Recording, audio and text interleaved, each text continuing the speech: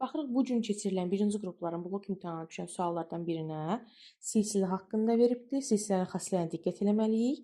Deməli, ilk olaraq baxırıq A11 plus A13-ün 2-yə böldükdə A13-ün qiymətinin verdiyini bilirik. 11 plus 13 24 bölündü 2-yə 12 verir. Bu silsilənin xassələrinə aid olan bir şeydir. Yəni A11 plus A13-ün qiyməti 2A12-dir. Aparıb burada yerinə 2A12 yazdıqda bir dənə də A12 burada var. Oldu 3A12 bərabərdir A11 vurulsun A12. Bunlar ixtisar gedir. A11-in qiymətini tapmış oluruq ki, cavab 3-dür. Bizdən istəyir ilk 21 həddin cəmi. S21 bərabərdir 2A1 plus 20D bölünsün 2 vurulsun 21. Burada 2-ni mötərizə xaricinə çıxarırıq.